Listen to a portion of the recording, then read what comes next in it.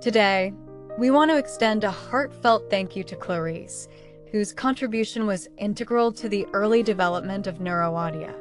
At just 5 years old, she played an important role in helping us build the foundation of what NeuroAudia would become.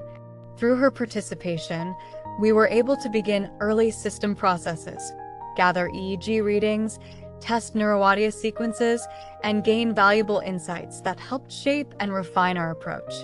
Though young in age, her impact was meaningful. Innovation is often built on the trust and support of individuals and families willing to be part of something new, and Clarice became part of that journey from the very beginning. What makes her story even more special is that her journey with us continues today. Clarice is now part of both NeuroAudia and iHoma Healthcare, working within our assistive technology department and helping us continue to support and improve the lives of others.